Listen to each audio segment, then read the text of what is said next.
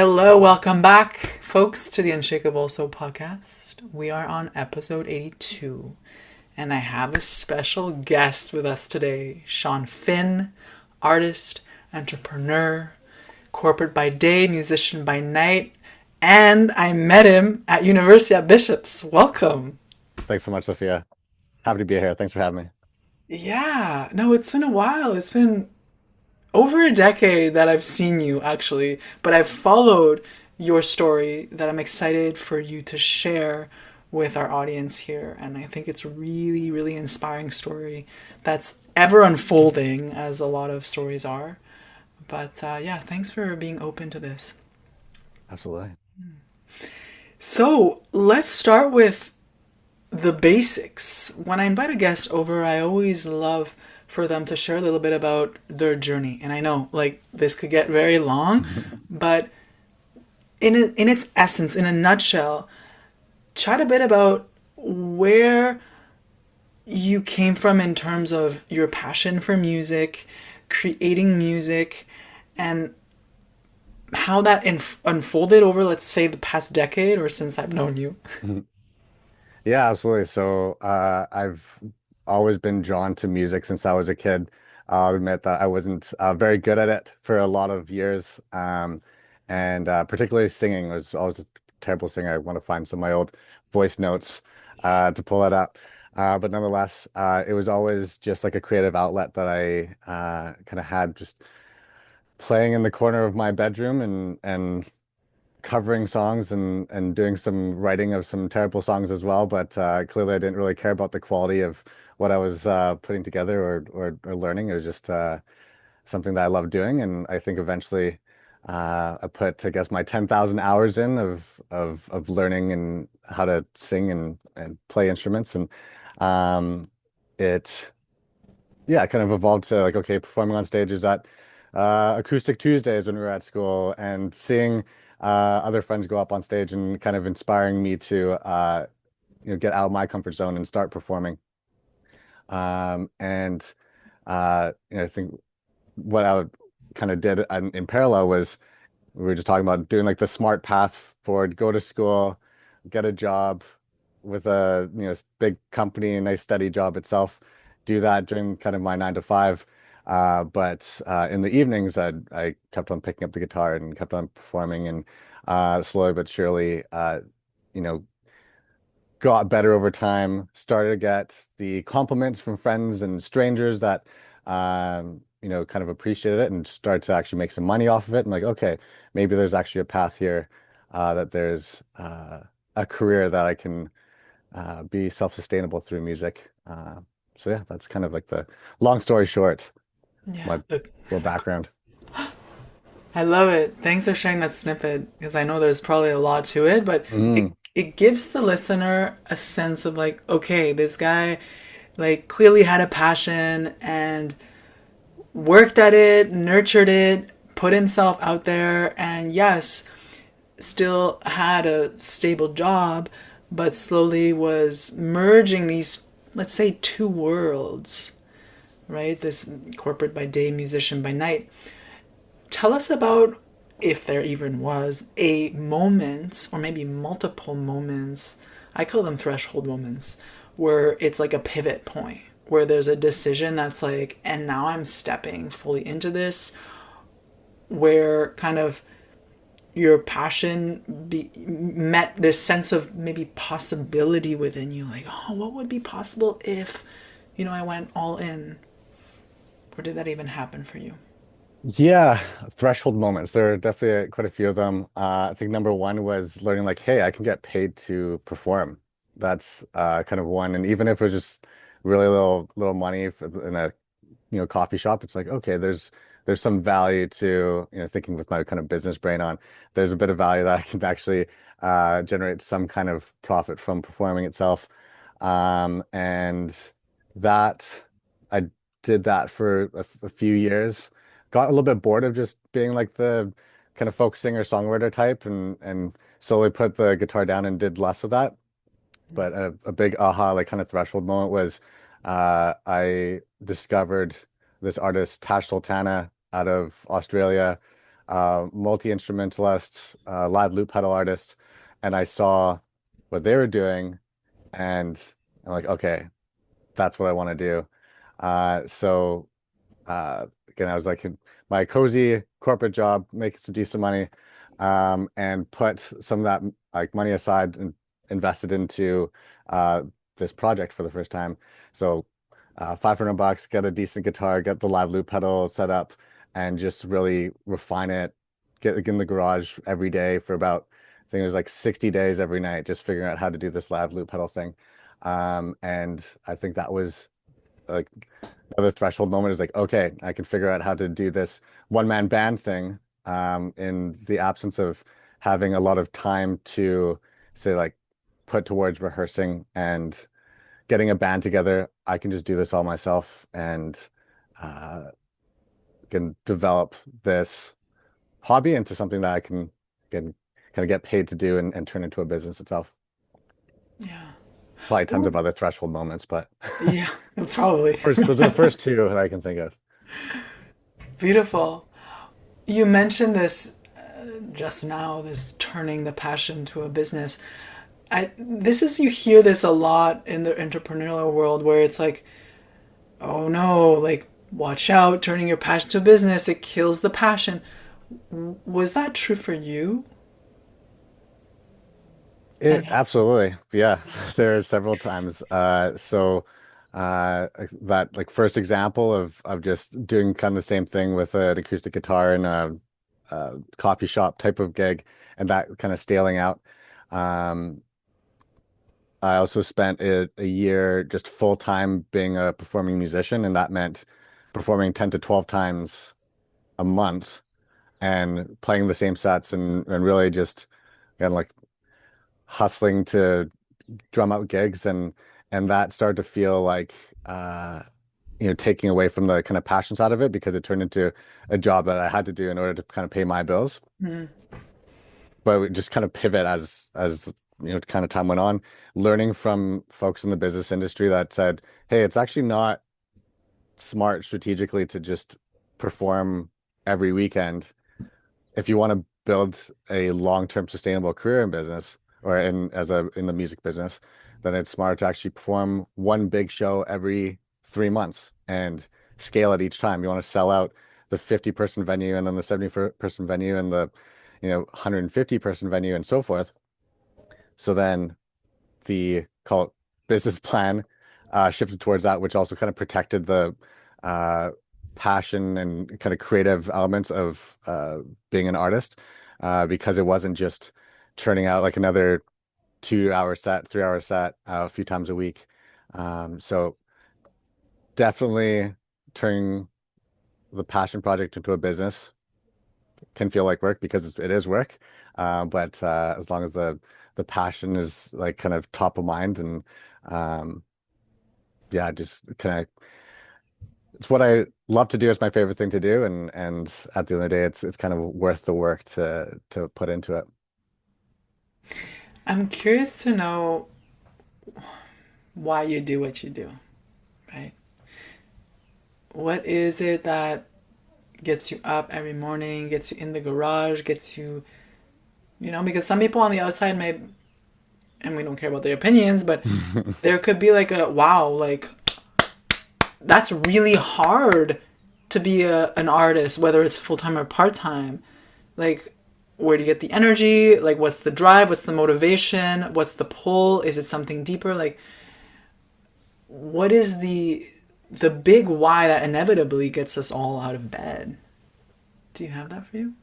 Yeah, so got kind of two answers to that. First one is uh, music has always been an escape for myself. So, or even like a tool to help navigate life and kind of challenges come up and uh, that turns into kind of writing a song about, okay, how do I really feel about this? My background in business or in sports as well, like being open about my emotions is something I'm terrible at doing, and I'm personally really bad about. Again, just like kind of talking when I'm like talking about whenever I'm like feeling down about things, but it comes out in that creative outlet in songwriting or performing. So it's like a bit of an escape, but also that tool for kind of navigating various life's emotions. So that's like kind of a one of the whys. And the second is how I put it now is um like I don't actually want to be a musician. I don't want to write songs and perform them in front of people to try and make a living off it. But when I do put music on the back burner, I feel like a shell of myself. I don't want music. I actually need to be a musician. I need to write songs. I need to perform them in front of people. So I might as well just go all in because it's going to always be a part of myself and my life. Um, yeah, I need to be a musician. Yeah, so what it sounds like is that there's a deeper calling within you. Not to sound too woo woo, but that's even if you had put or decided at one point to put the guitar down, and maybe you did, we could talk about that. That it's like the guitar was calling you back in, and it never left you actually. Yeah, that's absolutely accurate. Because yeah, whenever I would put the guitar down and I'd feel like, oh, there's this void. There's this like kind of like, oh, why am I feeling so off? This past few weeks, like, oh, it's because I kind of neglected that side of me and that creative outlet. Yeah, And yeah, I kind of need to pick that instrument back up to feel whole again. yeah,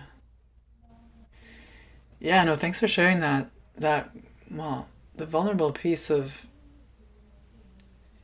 realizing that music is very instrumental in allowing emotions to flow, right? When we feel like blocked or we can't express it in quote unquote words that are understood by the mind, it's music just takes over and poetry comes in and genius comes through. Like the act of writing your own music and creating from that space of raw authentic energy, which is your emotion, is very powerful and probably very inspiring to those listening to you.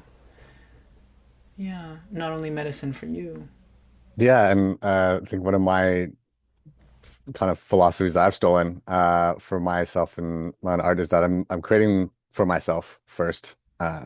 So um, before anyone else kind of hears something, it's got to be something that's kind of true to me and not writing out of like what a lot of artists will do is try and write similar to whatever's on the top 40 list and whatever's trending and writing for a separate audience, which is a good activity in itself. It's nothing wrong with that.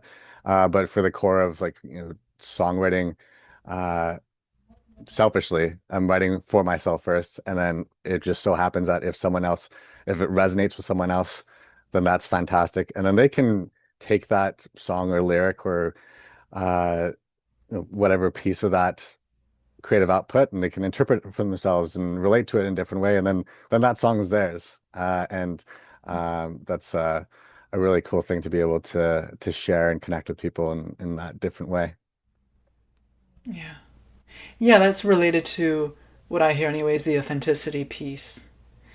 The need for it to first resonate with truth in you so that when you express it, it doesn't feel forced, right? It doesn't feel like a copy paste, which Mhm. I can feel would drain your energy a lot over time just because perhaps you want to be part of the top 40 because the listeners.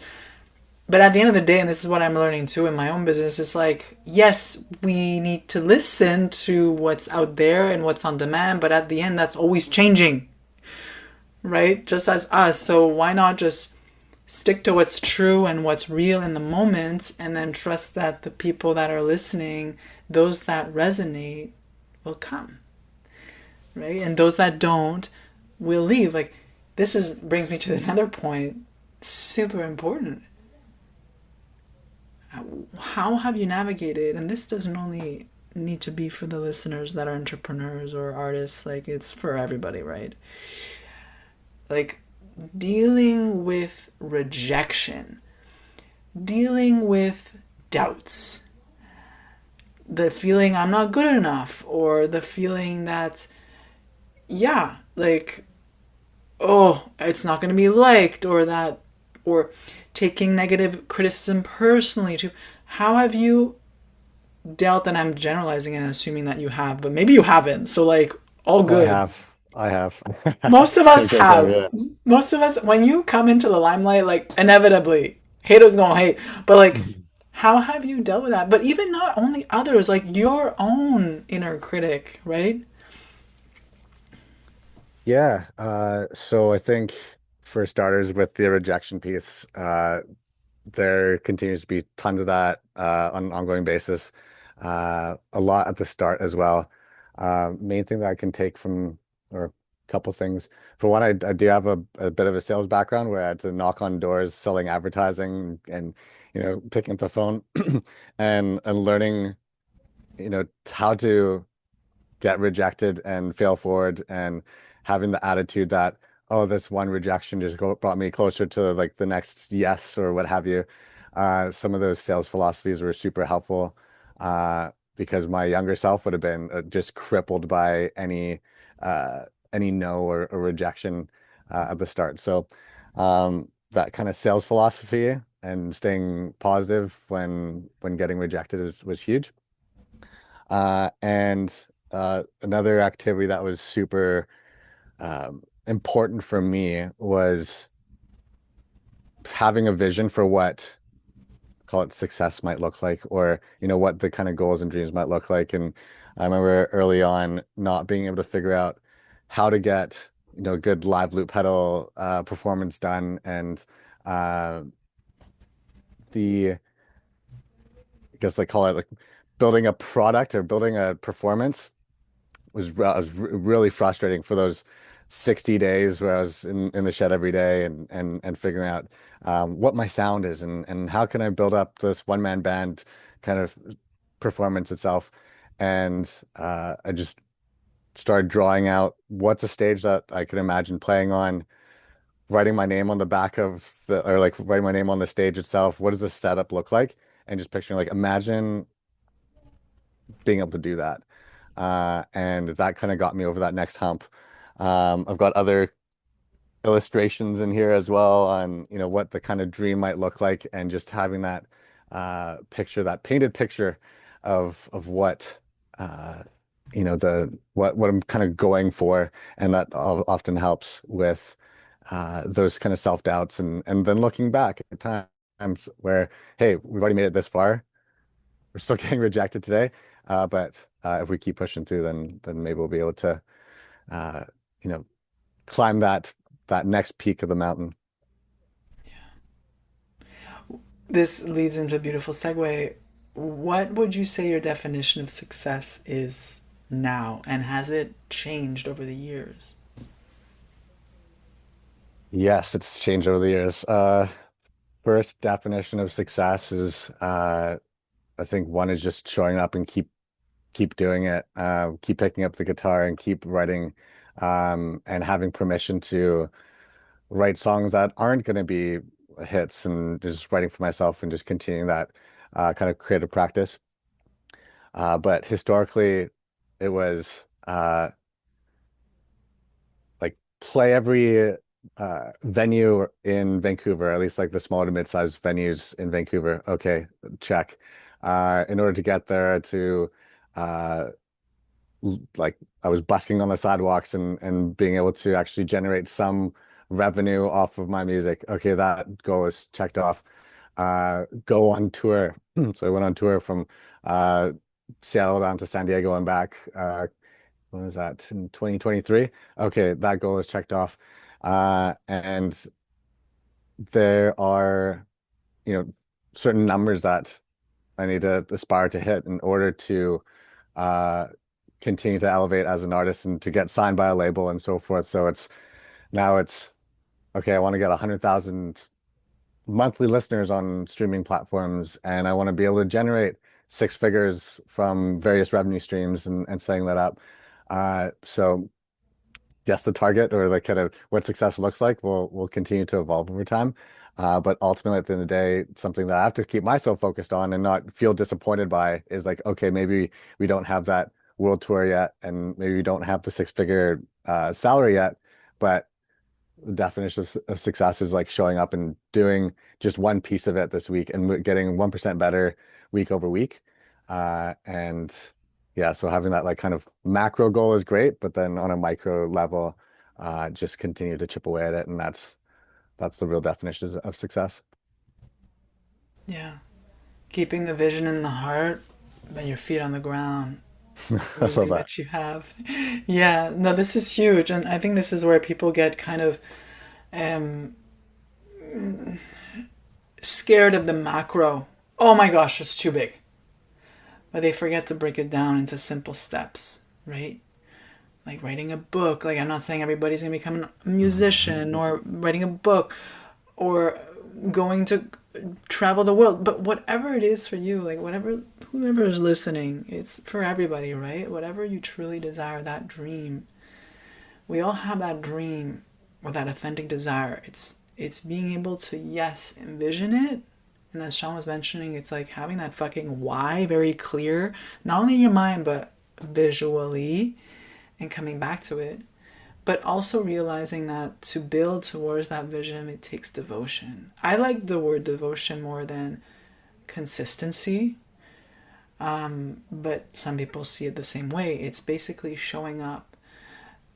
And if one day you're tired, yeah, maybe you're not going to write that piece. Maybe you're just going to riff. Maybe you're not going to even touch the guitar, for example. But you're showing up for yourself. And that's also showing up for your dream, right? So you're giving yourself that time to rest. I'm using that as an example, I love that. right? So it's again, it's so beautiful to just remind us all that it is possible, whatever that thing is. And for some, it's not a very tangible goal, such as money or fame. It's really the feeling behind it. And this is what I always love to add into any definition or desire or dream we have. It's not really about said money, which is fine. Money comes and fame or whatever you want, external, the house, relationship. But at the end, it's the feeling we're looking for. And when I'm able to actually anchor into that feeling every single day, well, shit, then it doesn't feel as though I need to effort for something I believe is out there, right?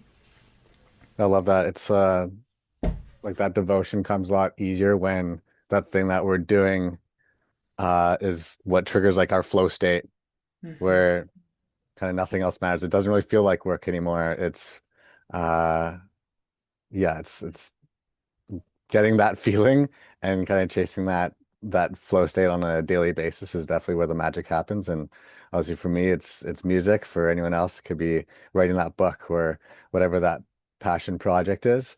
But if it triggers that kind of flow state, then it's worth pursuing that path to some capacity. It doesn't have to be a business, but Mm-hmm. um, definitely worth doing, isn't it? Yeah.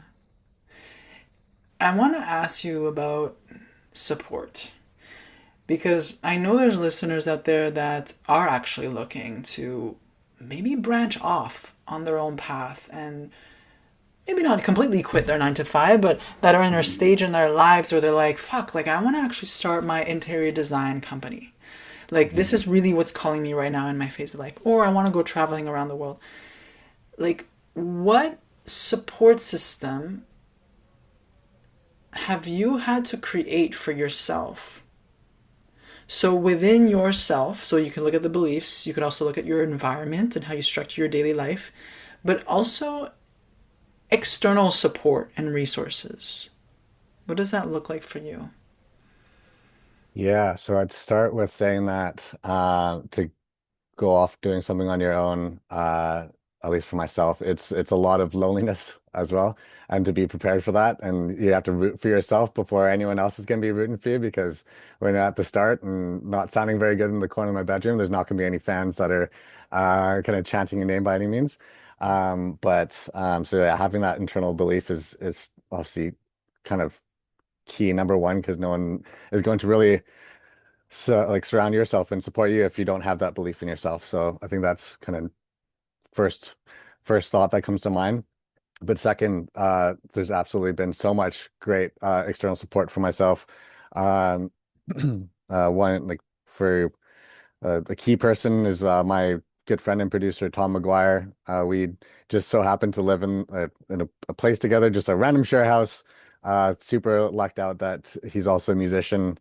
We've been collaborating for almost, a decade to some capacity. And again, he's produced every song that I've released, and he's been a total partner throughout this journey that we've been like kind of growing and elevating with one another. So having that kind of accountability partner or that running buddy, where both of our kind of dreams aligned to like we can support each other with elevating each other's dreams itself. And that's been like that's the total kind of money spot of having a great uh partner and support external support itself. Um on top of that, other kind of mentorship is has been a whole other pillar that I personally need to do more of is seeking out that mentorship from folks that have done it, as opposed to seeking out mentorship from the folks that haven't, or the folks that have been exposed to it. So finding the right source of feedback to again support whatever I'm doing, or even to challenge, like, hey, maybe there's a certain strategy that I'm taking or a certain approach to songwriting or what have you that um, someone has seen like a better approach to it or better tactics. So like having that uh, feedback loop with the right folks to not just like you know bring you up when they're seeing that, hey, you're doing great in these areas, but to also uh, again provide that feedback to elevate whatever the creative side of it or the business side of it has been so critical. Yeah. That's the blind spot, I call it. Hmm. You can't see yourself clearly a lot of the times. So it's beautiful to be connected with that authentic part of you that's creating the music from soul, source from soul. But then maybe there's an aspect that you're not seeing clearly. That maybe it's the business related things, maybe it is the creative related part, or I think that's maybe the hardest part, because I also have mentors that are supporting me, and it's like your ego has to be checked out, of course, and there has to be this receptivity, but ultimately, at the end of the day, and you choose what's best for you and what feels most true to you, right? So hopefully, yeah, these mentors you respect and they inspire you. But yeah, just having the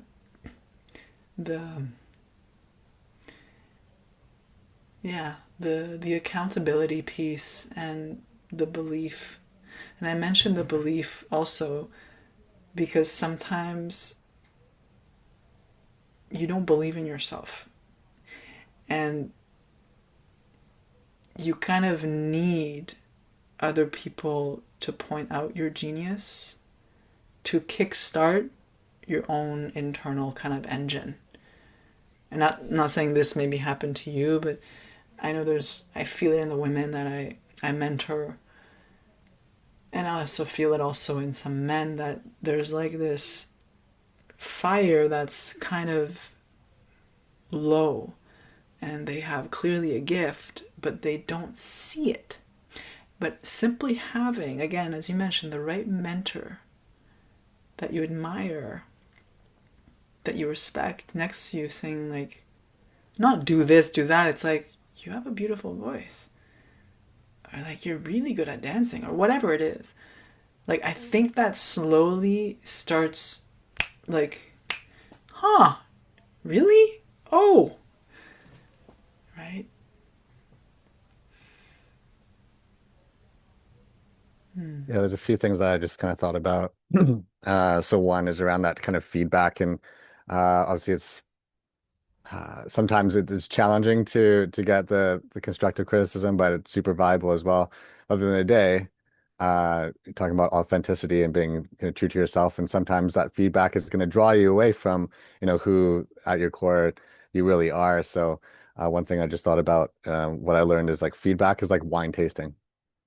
Take a sip of it. You can choose to like spit it out if you don't like it. Or if you do like it, then you can, swallow it and carry on. So that's kind of one thing. And then the second is around uh, something that's super important to me is we're the average of the five closest people to us. Yeah. So if we're, surrounding ourselves with other artist entrepreneurs that have the work ethic and also have the call it experience that holds that weight and that value of like, hey, this person's seen it and done this before, and I'm going to take their advice when it comes to whatever that we're doing because they're doing it, or someone that clearly as a mentor, someone that's gone out and done the things that we've wanted to do. I want to surround myself with that person as much as possible. And I found that it only took like one kind of more pessimistic, negative person to be in like my closest five to really mess up that energy. So when holding that kind of belief of like belief in ourselves, it's being surrounded by people that also have that kind of positive mindset and solutions oriented frame of mind, because obviously it's much more challenging when some folks can just point out all the challenges that things will take, but having that like can do, yeah, we can get this done. Not sure how we're going to do it, but we're going to get this done. Is one of my kind of favorite personality traits. I'm super careful to surround myself with those types of folks. Yeah.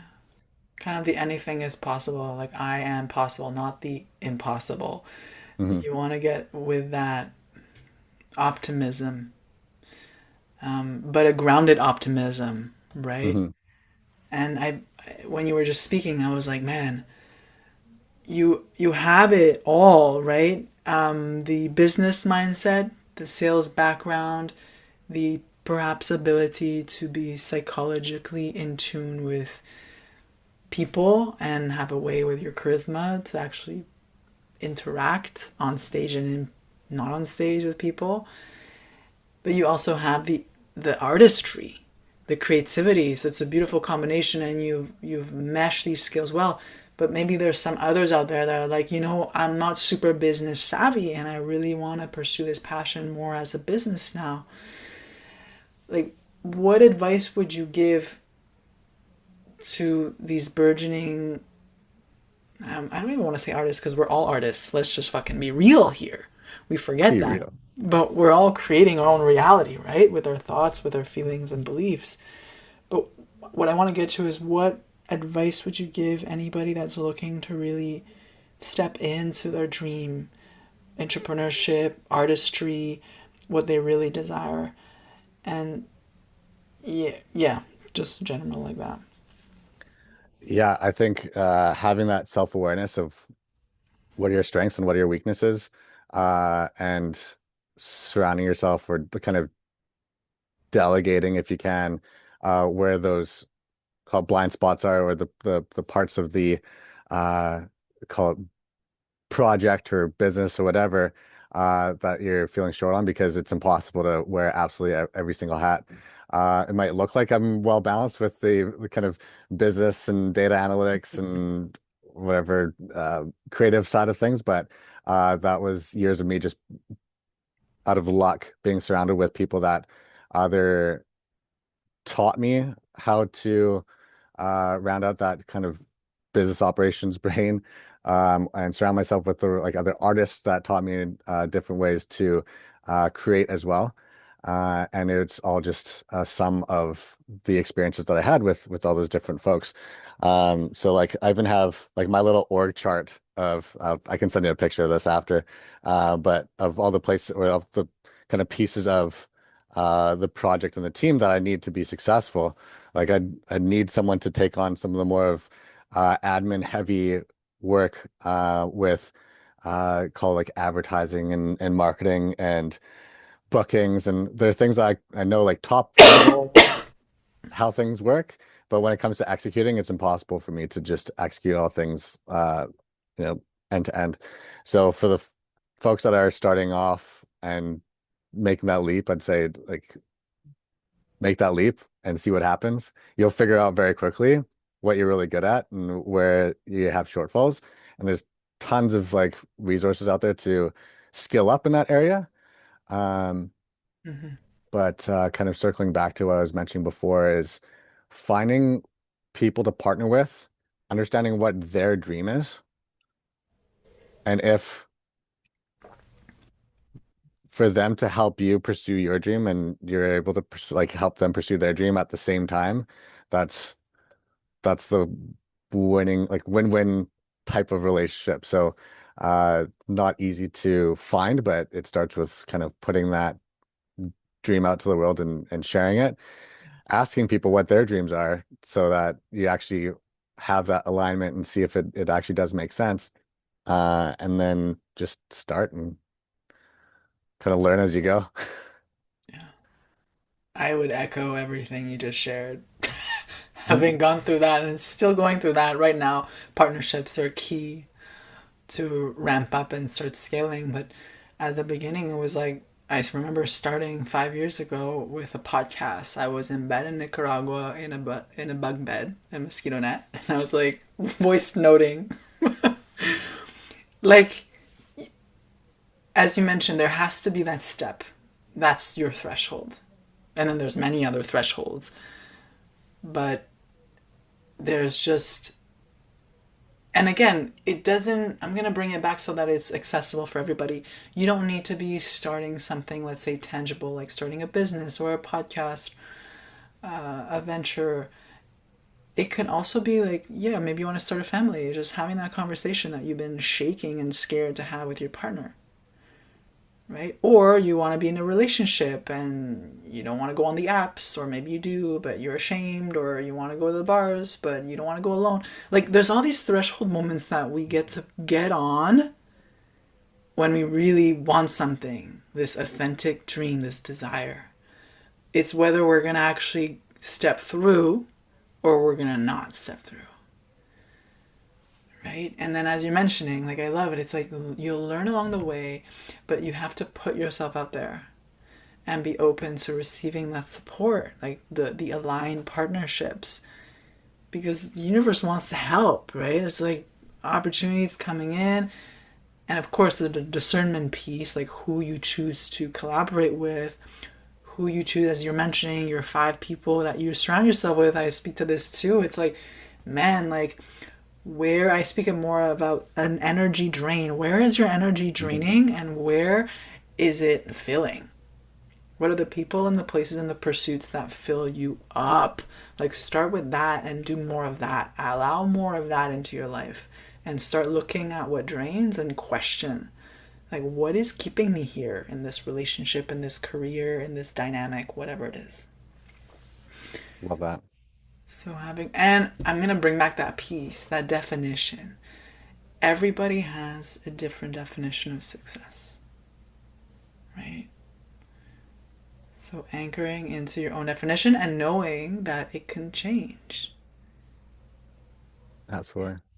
yeah. Yeah, there's this note that I wrote for myself when I was like probably I was feeling the most down. I was like in the kind of corporate 9 to 5 job. There's a lot of good things I learned from corporate, I'll say that, but nonetheless, there was some periods of time where you're talking about identifying where energy is getting drained the most, and I'm seeing that all this energy is going in towards a big company that I might not be passionate about what we're actually doing and building. And I wrote down as like on a little sticky note somewhere, and it said, be the architect of your own happiness. And it starts with like identifying or defining what is happiness, what is that kind of definition of success. Yeah. And again, it pivots all the time, but having this more balanced mix of being able to be creative and write songs and perform and release stuff. Then there's also this kind of business brain that I still enjoy like tapping into on a weekly basis. And like today I'm doing some small business consulting on the side of my music work. So understanding what capacity do I want to be putting towards that type of work and really defining what are the types of work that I really like, find that flow state and really enjoy doing and the stuff that it's always going to be hard, but kind of choosing what your heart is.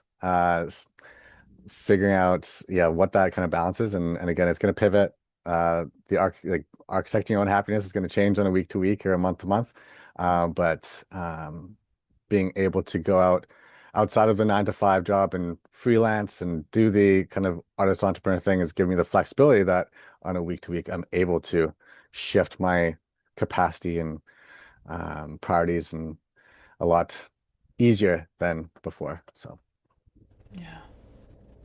Yeah, I think the world is steering more towards that every day. There's definitely a shift to multiple income streams, a different way of living. You mentioned this balance. I'll mention integration. I can integrate my business mind with my creative mind. I can integrate my family and my work. Like they don't need to be siloed and separate. And just to bring this back to, again, the accessibility for anybody listening, it doesn't mean that you need to let go of your 9 to 5 if you truly feel it's aligned. That's up to you to feel into. But maybe there is something that's calling you, like you love to sing or you love to cook and you want to start sharing that at your local bakery. Who the fuck knows, right? But you're scared. Like that's really the invitation. Some people do the cold fucking turkey. They go like, "All right, see you later. I'm going all in." And that's kind of what I went into after 2 years of trying to double dip. But for some people, maybe they'll spend their whole life being like, "You know what? I like this stable income. It's good. It's not my passion, but I'm good. It's the umbilical cord that feeds in and invests into the passion project, into not even a passion project, into the lifestyle that I want to live from. Into that, again, I'm bringing it back into that feeling. Maybe it's happiness, the word for you. Maybe for somebody else, it's peace. What the fuck's bringing me peace? Is it having the cabin in the woods? Great. Let's build towards that.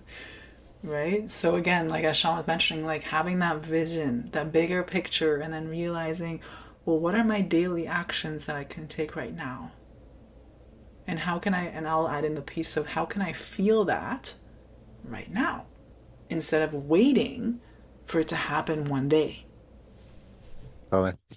And I'll double down on that too, like in terms of keeping the 9 to 5. Like I did 7 years of keeping that 9 to 5 and doing the like corporate by day, musician by night. Now that those lines have very much blurred, but that shift to going like all in on music again was a long period of time and all that change was calculated. It was I had like kind of budgets and kind of burn charts of what my bank account might look like and what does staying comfortable look like and how can I fund the dream afterwards and do the kind of freelance work. So um yeah, it was definitely not that cold turkey quit on on a whim.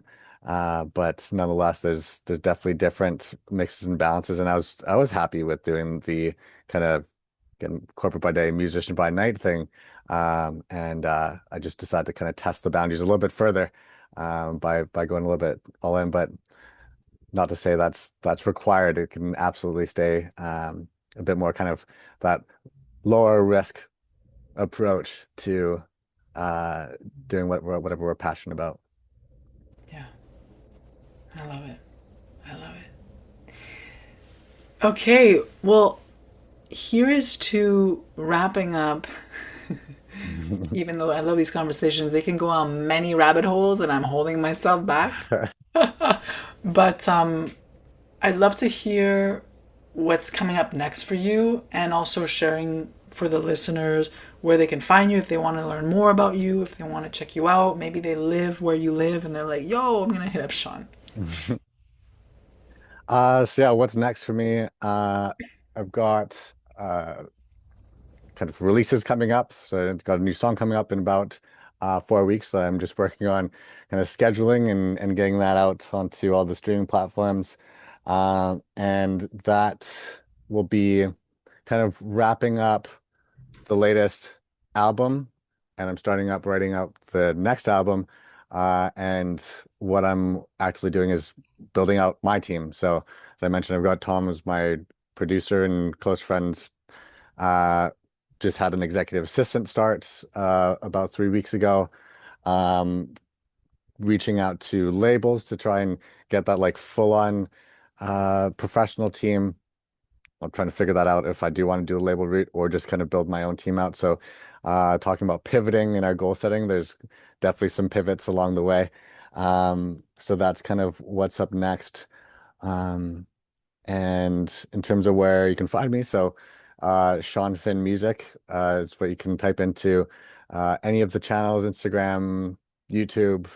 That's Shaun, Shaun. You can probably see the way that it's spelled on the podcast itself. And based out of Vancouver, if you're in the area. And I've got my kind of eyes set on starting to perform outside of Vancouver again, probably East Coast or kind of Toronto, Montreal markets itself, in the coming 6 to 12 months. So that's what's on the horizon for me.